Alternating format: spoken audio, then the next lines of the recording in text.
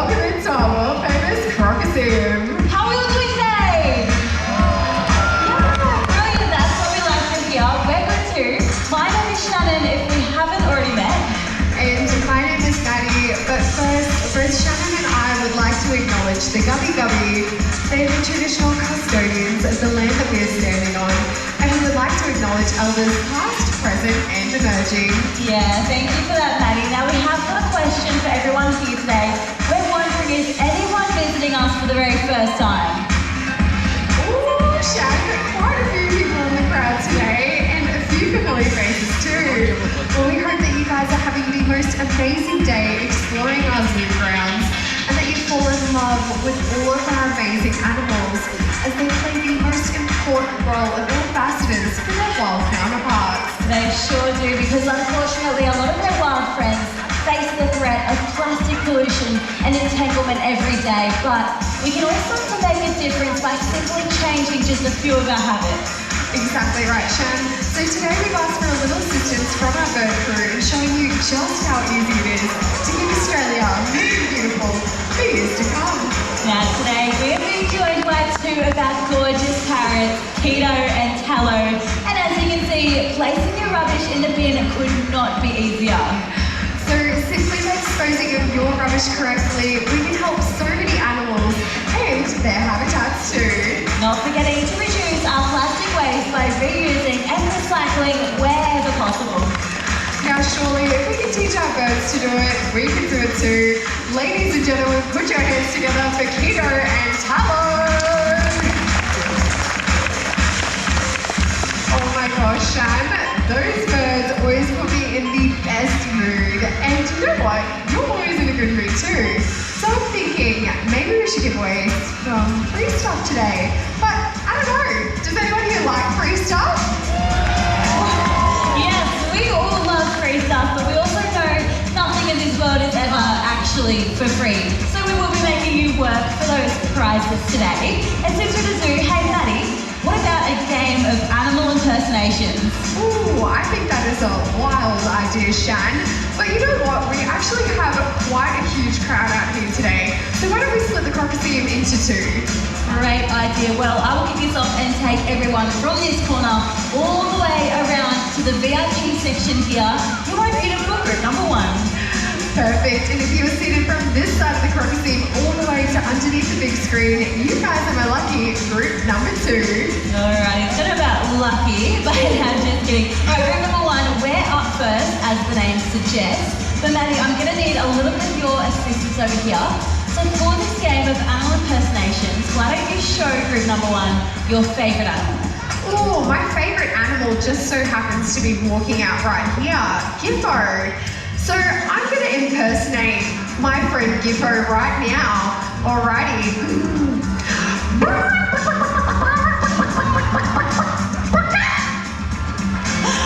Chicken!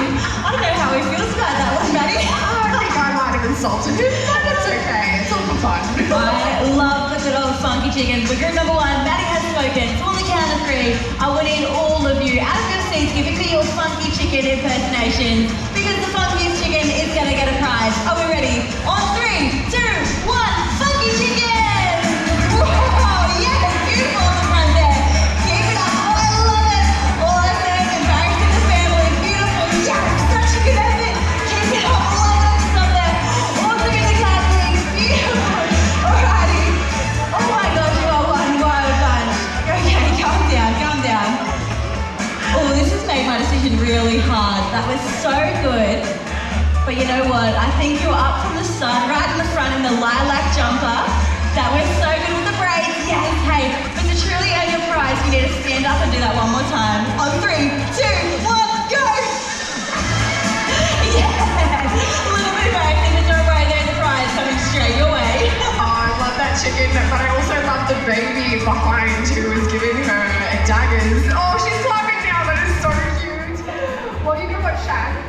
I'm a little bit over the poultry.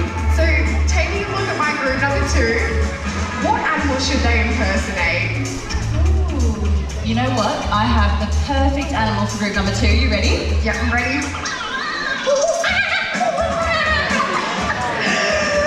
Is that a cheeky monkey Shan? Yeah, they're all pretty cheeky. I love that. Well, you guys do look like a cheeky bunch. But you know what? I'm going to throw this out to you. Group number 2, you can be primates of any kind. You can be Shan's cute little cheeky monkey. You can be a big silverback gorilla.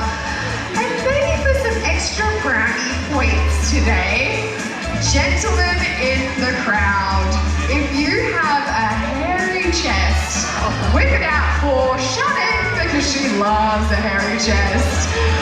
Alrighty. Yeah, she's really embarrassed. I'm doing a really great gig today, guys. Now, come on, give me your best primates on 3, 2, 1, go bananas! Yes, keep it going, guys. Yes, there is a hairy chest. Woo! Keep it going. Loving the energy, guys. Oh my goodness. Alright, guys, settle down, settle down. I don't know why you put your shirt back on. I'm going to need you to do that all over again. Because you are our clear winner. Ready? On 3, 2, 1, go!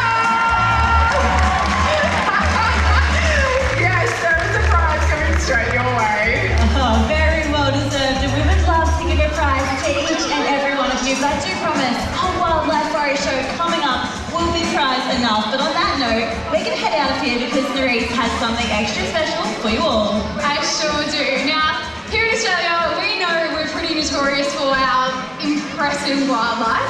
And the next guest I'm bringing out is no exception to this. So let's actually take a look back at Steve face to face with one of these impressive animals.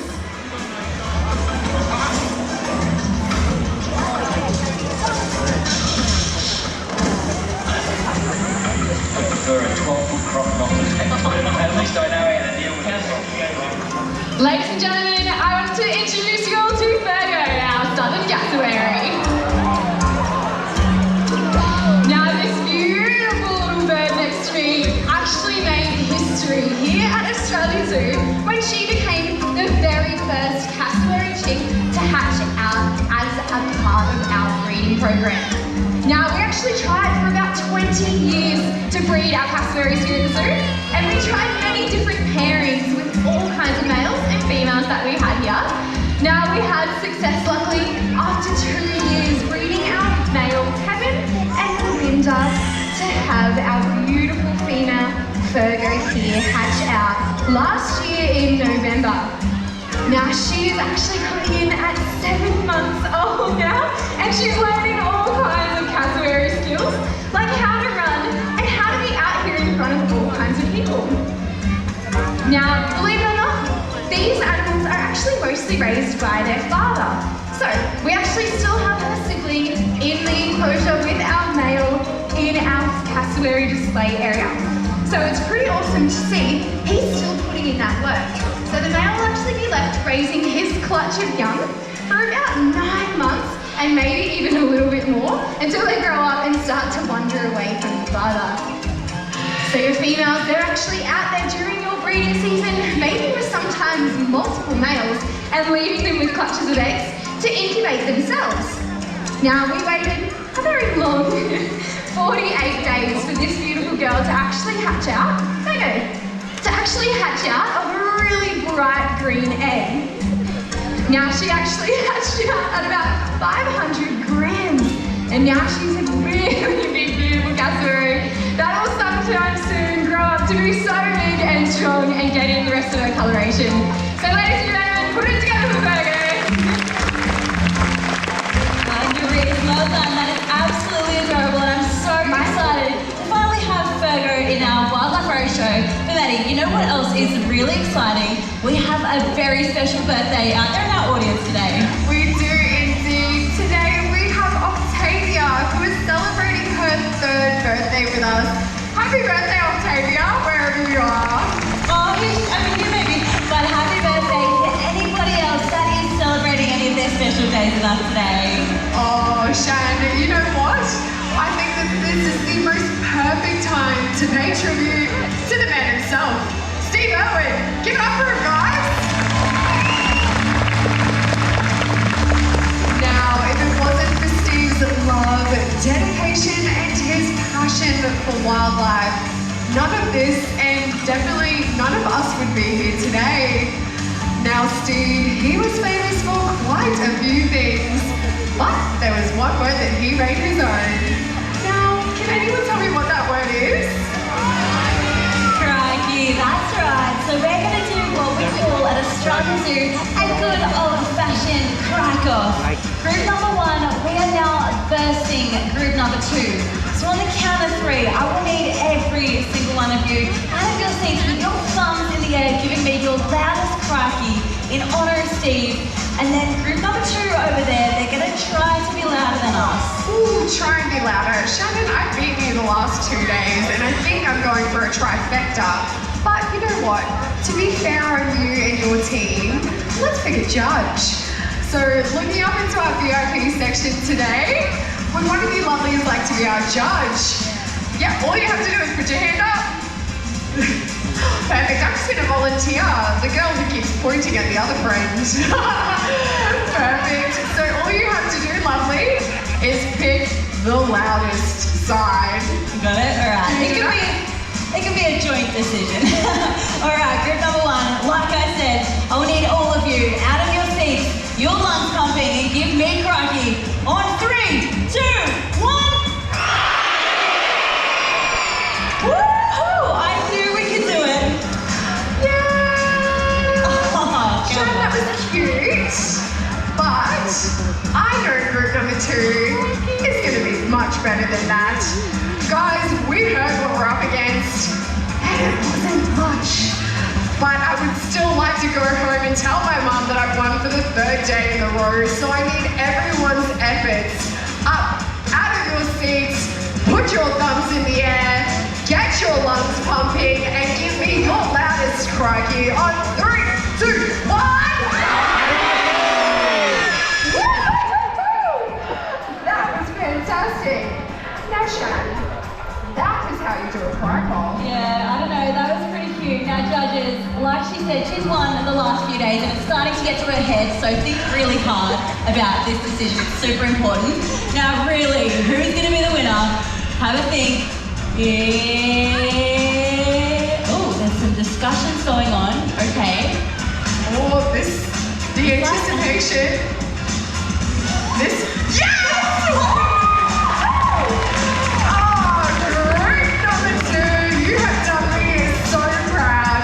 We just won our very own Wildlife Rose crack-off. Stay right there.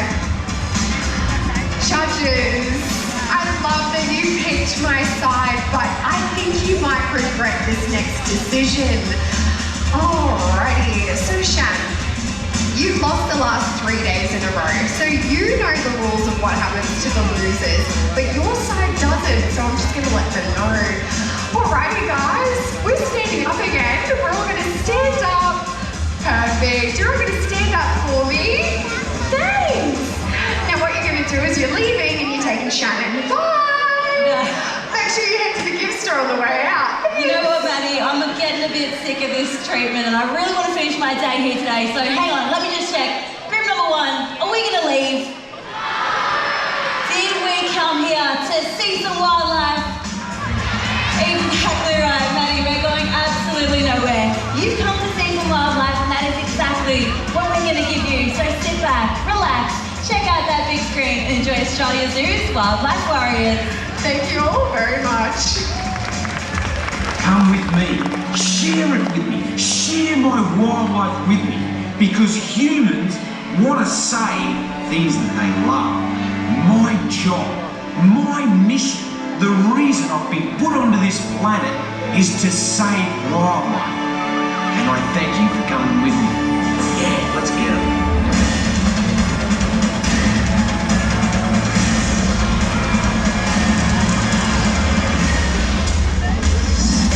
G'day and welcome to Wildlife Warriors!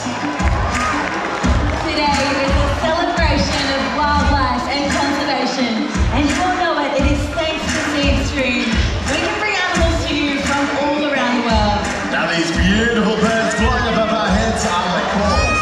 They're native to Central and South America, and they are pretty hard to miss, not only through sight, but sound. There is 17 different species of macaw, and they range in size from a small parrot right up to the hyacinth, which can grow to over 1 they have unique personalities and looks. If you're able to see our macaws up close, you might notice feather lines on their face. Now, these are like our fingerprints, unmatchable to any other. Unfortunately, it is because of their beauty, people are stealing them from their forest homes and selling them as pets. But make no mistake, it is all of you that can help to keep these beautiful birds flying free. And that's by always saying no to the illegal wildlife trade. Exactly, and trust me guys, you do not want to have a bird that lives to be about 100 years of age on average, and is forever as hyperactive as a 5-year-old child. Yeah, that does not sound fun, but on that note, let's take this from feathers to scale. Hey, let's do that, Shannon. Check out some of our gorgeous snakes joining us in the Crocoseum today. Now, you might be quite surprised to find out that right here in Australia, we're actually home to more venomous species of snake than non-venomous. But I'm sure you'll be very happy to find out the gorgeous snakes joining us in the Crocoseum today are of the non-venomous kind. They have grown up right here at Australia Zoo, and that is why they're very relaxed around people. Exactly right. Now, if you were to see the world through a snake's eyes, you would notice that they rely on movement rather than shapes or colours. And Jeremy, snakes don't have ears. I know, right? How crazy is that? So, if we were to see a snake and scream, they are not going to do anything. But if we accidentally stood near one, or even on one, that would be a totally different story. It sure would. If a wild snake is ever feeling cornered or threatened, the only way it can protect itself is to bite, so it makes sense. People tend to get bitten when they're trying to catch or even kill a snake. Unfortunately, first aid for an Australian snake bite is quite simple. If you or your mates were ever unfortunate enough to be bitten by a venomous snake, there are a few items that can come in very handy. Yeah, like a compression bandage. Like the compression bandage that you've got, that you've compression bandage? I didn't bring it, I'm sorry. I thought you said you would. That's the USA. Yeah, I brought it. Here we go. Say hello to my little friend. The backup, we love it. The wingman. I love it even more. Literally wingman, right? That's pretty cool. This is Luca, the most beautiful yellow-tailed black cockatoo in all the land. Thank you very much, kind sir. He has brought me the compression bandage. Now, if we didn't have one of these, we would have had to have used an item of clothing or even a belt. Oh, what would I do without Luca? But who better demonstrate how to use that compression bandage than Steve and Terry? Here in Australia, we've got a technique that we use to get bitten by a snake. It's very successful. Here's a snake right there. Right there. I got it! It's the dreaded road snake. Highly venomous. But I think, it's bit me. Right on the head. Right there. Terry! I've been bitten by a snake. What kind of snake? A road snake. Highly venomous road snake. Not the dreaded road There it is right there. Be calm. Be calm. Lay down. I can't. The road snake got me. The road snake's still there. You must lay down. Okay. Wait, you see where the fang marks are? Yes, I can see the fang mark. I have a pressure bandage. So I'm gonna go, man. I'm gonna go. No, you must lay down and be calm. Okay, I'm calm now. Are you calm? But I might die. No, you won't die if you are calm. I'm putting the pressure bandage on. Okay. Does it kind of hurt because it's only going on tight? Yeah, it's a little bit tight. Okay, don't cry. I'll try hard. Okay, pressure bandage is going on all the way up the limb. Do you know why we put the pressure bandage on? No. Because the venom goes into the lymphatic system. The lymphatic system processes the venom through your whole body. So if we put the pressure bandage on, it keeps the venom in your arm, which can't kill you. But if it goes through your whole body, then you will be doomed. Not doomed. Yes. What a road snake. Yes. But stay calm and I will save you. Okay. Okay, are you being calm? I'm calm. Now I have to carry you to the car. Yeah, come on. Get Okay. up. Keep your arms still. Okay, still. We'll walk to the car. Okay.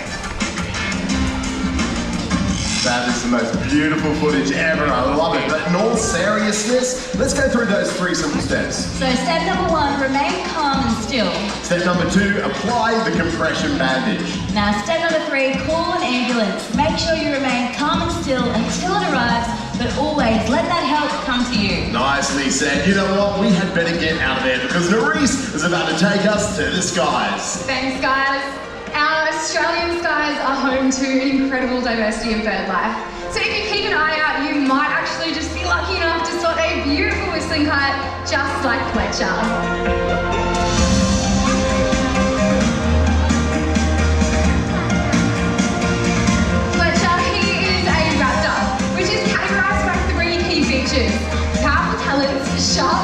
short curved beak, and incredible vision.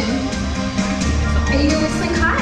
He is one of Australia's most widespread species of raptor, as they are able to survive even the harshest of landscapes that our country has to offer. Now, it definitely helps that these birds will pretty much take down anything that they can get their talons on, which can vary from mammals, insects, reptiles, and even to your other bird species. Now, your kites here, they've actually earned the names of pirates of our Australian skies, as they are commonly seen harassing even your larger birds of prey with a fresh catch just to try and steal it for themselves. Now, as you can see, he is a pretty powerful hunter. He is a very snatch and steal type of bird. Your small raptors, he would naturally be able to eat on the wing. So if he's able to grab something in his talons mid-air, he's actually able to pass that food to his mouth while soaring effortlessly through the thermals. Now, he is a very, very motivated man. He's actually thinking that he's got a piece of food in his hand, when in fact, he's just holding on to my glove. Now, these guys, the way they can hunt so well while staying aerial is actually because they have a locking mechanism in their feet. So, that's why they'll actually close those talons around that food item so no other animal can try to steal it. Now, they actually have to think about it an awful lot to be able to let go. So he really, really thinks he's got a delicious snack in his hand. Now, he's got to really think about what he's going to do next to be able to take flight again. We're being such a silly bird. Now, Fletcher, he is super special to us, even though he is being that a little bit silly today, because he's actually a rescue bird. So believe it or not, he's actually completely blind in his left eye. Now, what are we doing, mister? Now, that's why it's so important we actually have places like Australia Zoo here to be able to give him a second chance out alive when he's unable to be released back out into the wild. Now, for this last fight, we're going to try and get him straight on home. Now, your eyesight, it is so crucial for your raptor species, so unfortunately that was why Fletcher wasn't able to be released back to the wild, but now he flies beautifully here in our Wildlife Warrior Show, making an amazing ambassador for all of his whistling kite counterparts. So put it together for Fletcher. Now, we're going to take this from aerial to aquatic, where we open up a whole new world of hunting, where some species of bird can swim and dive as fast as a fish. And that's exactly how cormorants like these two catch their aquatic meal. Now, we've just been joined by Albert and Scuba. Albert, the larger of the two, is a greater cormorant, and Scuba, the smaller two-tone bird, she's a little pied cormorant.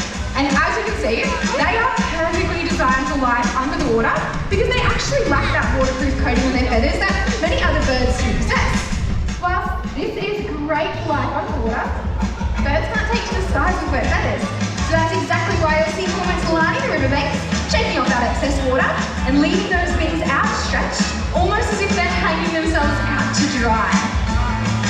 Now, Albert and Scuba here are actually only 2 of the 5 species of cormorants that call Australia home. So if you do ever find yourself by our waterways, keep an eye out for that wing-hanging behaviour, and you might just spot yourself some cormorants. Now, I've shown you those birds that prefer to dive beneath the water. However, there are some species of water bird that prefer to wade through the shallows. So this next bird is actually going to be making his grand entrance from outside of the Crocoseum. These birds, they soar at the highest of altitudes, and yet aerial prey is not their choice. They are aquatic predators and well-equipped fishermen stalking our waterlines in search of a fresh catch. Now, ladies and gentlemen, throw your eyes over the rooftop here, because we at moments are about to be joined by the only species of stork to call Australia home. Ladies and gentlemen, this is Douglas.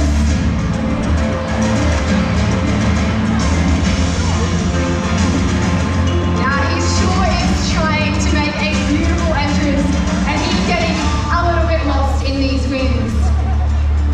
Now, Douglas, he has ended up landing in a bit of an unpreferred area. So I might see what our team is able to do to sort him out to get him back on track. But you know what? Let's actually throw it up to the big screen so we can check out some information about our beautiful water birds. Waterways throughout the whole of Australia are lucky to be home to hundreds of different species of water birds. Not just found on the coastal regions of Australia, but also found in estuaries, harbours, mangroves, and even large inland wetlands. So what exactly makes a waterbird a waterbird? It is as simple as birds that live on or around water. Freshwater, saltwater, seabirds, shorebirds, any bird that inhabits or depends on water bodies or wetlands. Some prefer to walk through the water in search of a feed, to others that fly high above the water, looking for their next fresh catch. Now, some of these waterbirds live a little closer than you may think, and that is right here at Australia Zoo. Keep an eye out for our beautiful jabberoos and our chatty brogers.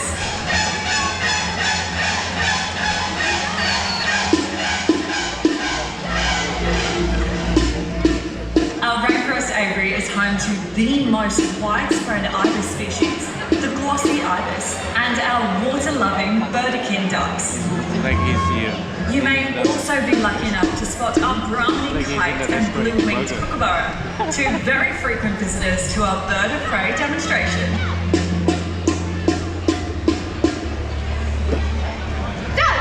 Alright, so what we're seeing right now is actually a bit of a training session.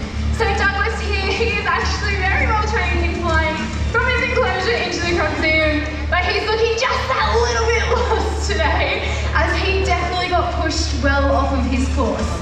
Now, in those early days of training him to come into the Crocoseum, we had to use a lot of audio calls. So he lives far away, where the sound of this bucket banging on the concrete is actually really easy for him to hear. So that is a